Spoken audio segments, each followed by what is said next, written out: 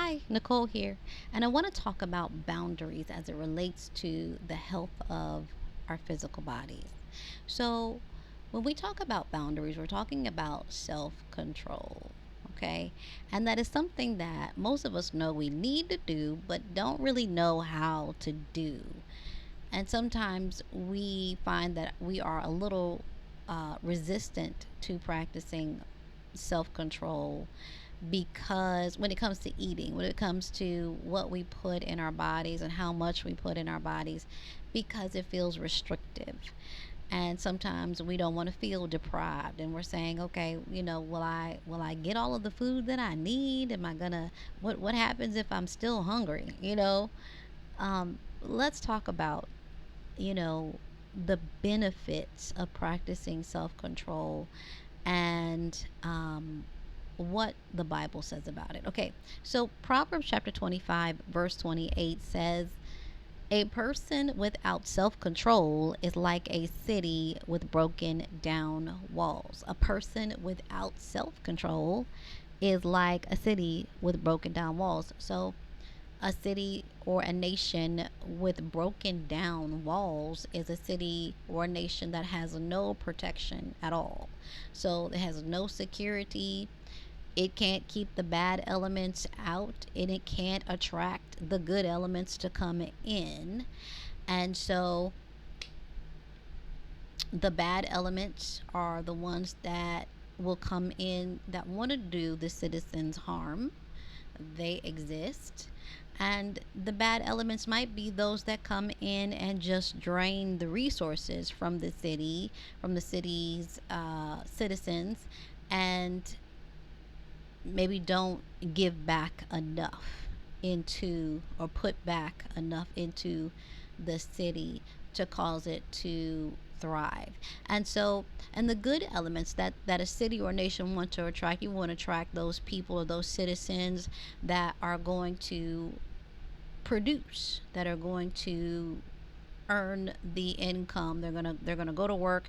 They're going to earn the income. They're going to create the businesses, and they're going to create the jobs, and they're even going to create the charitable foundations that benefit the community. You want to attract those people in, but they're not going to be attracted to come into your city or your nation if your walls are broken down.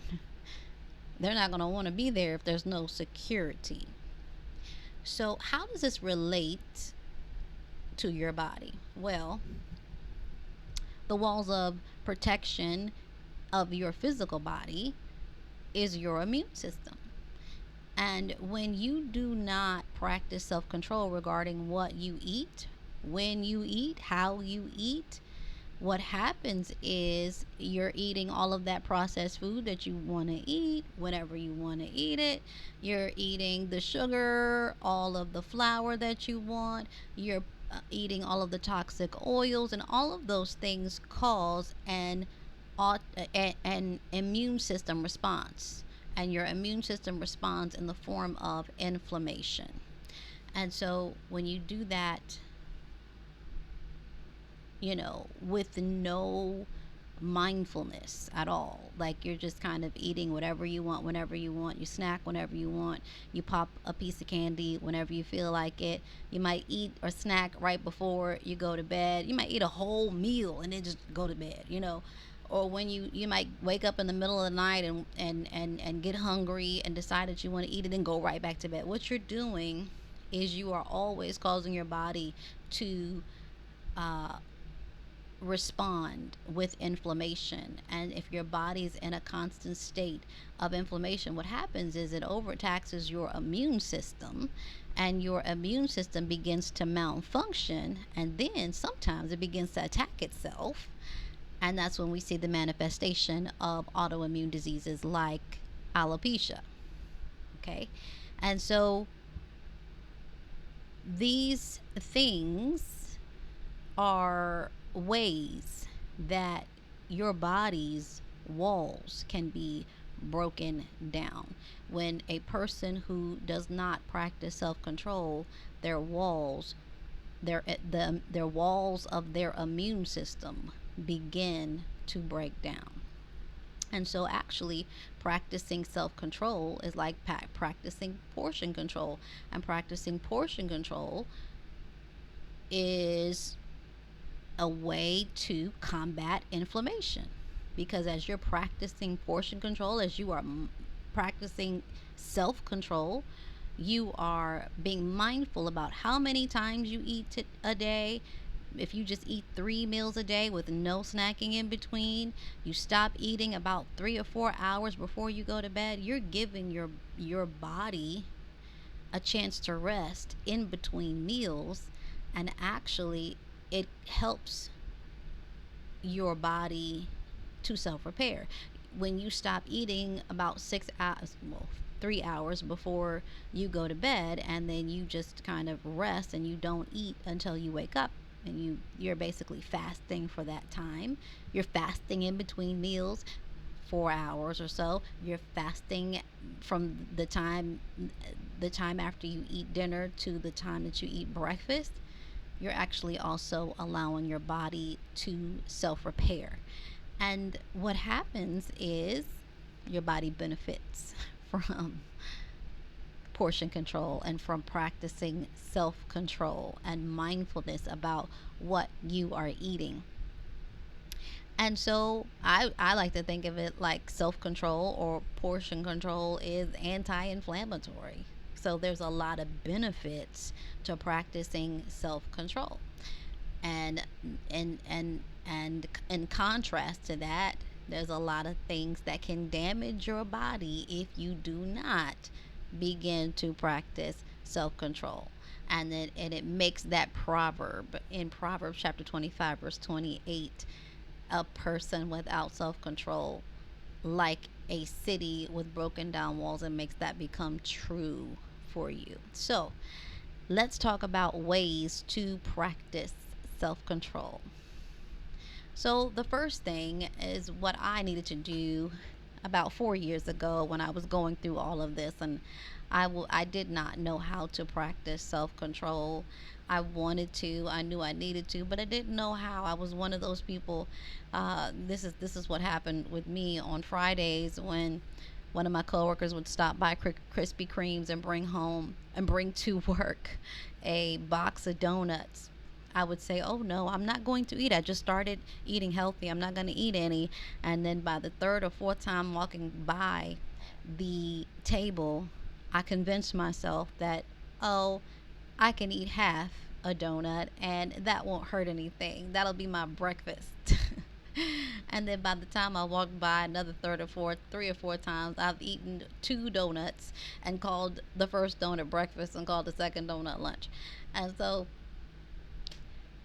I had good intentions, but my willpower did not work for me. And so I needed to ask God for help. And so I did, and God did help me. God sent me help. So when you ask for help, I want you to expect that God will help you. And I want you to be looking for the help, because the help may not come the way you expect it to. The help may come in the form of a video like this, okay? So be on the lookout for the help that you need. Number two, write down your food. Write down everything you eat. I want you to commit to do this for 7 days. Get a little notebook or use your little app on your phone and write down everything that you put in your mouth for 7 days. What that is going to do is that's going to keep you or help you to become more mindful about what you put in your body. And number two, because you're more mindful about what you're putting in your body, it's going to cause you to eat less. Okay. The third thing that I would encourage you to do is to employ accountability. And you can do that in several different ways. You can ask your best friend and you can say, "Hey, best friend, let's work on eating healthier. Let's work on practicing portion control or self control together."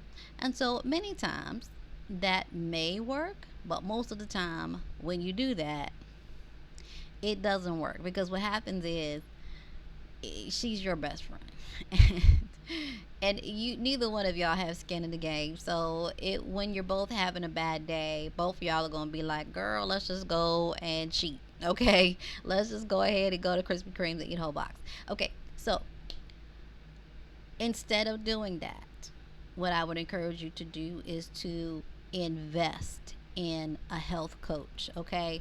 You want to hire a health coach. You want to find somebody that's going to hold you accountable because you actually paid for it, okay? Now they are going to show up, okay, for you when they say that they're there. And they're going to hold you accountable and give you the strategies that you need to make the changes in your lifestyle that you need in order to reach your health goals. Okay, the other thing that that's going to do is that's going to help you to stay accountable. Why? Because you have skin in the game. You have paid money for this. Okay, so therefore, hopefully, it'll motivate you to show up. For me, when I hired a health coach for what I was looking for, I because I paid money, and it wasn't just a little bit of money either. Because I paid money, I made sure that I showed up, okay, to the coaching sessions, and I did whatever my coach told me to do. And because of that, I'm still reaping the benefits today. Okay, so my call to action for you is that I challenge you to choose one of those things that I just mentioned and to begin practicing self control today. And if you're looking for a health coach, well, you found one right here. I am a health coach, and I've helped several people to lose weight and to reverse symptoms of disease. And what you can do is, if you're interested in working with me, you can fill out the form in the link that I will put in the description section of this video. And then for those of you that find this video helpful, please like, subscribe, and share this video with a friend.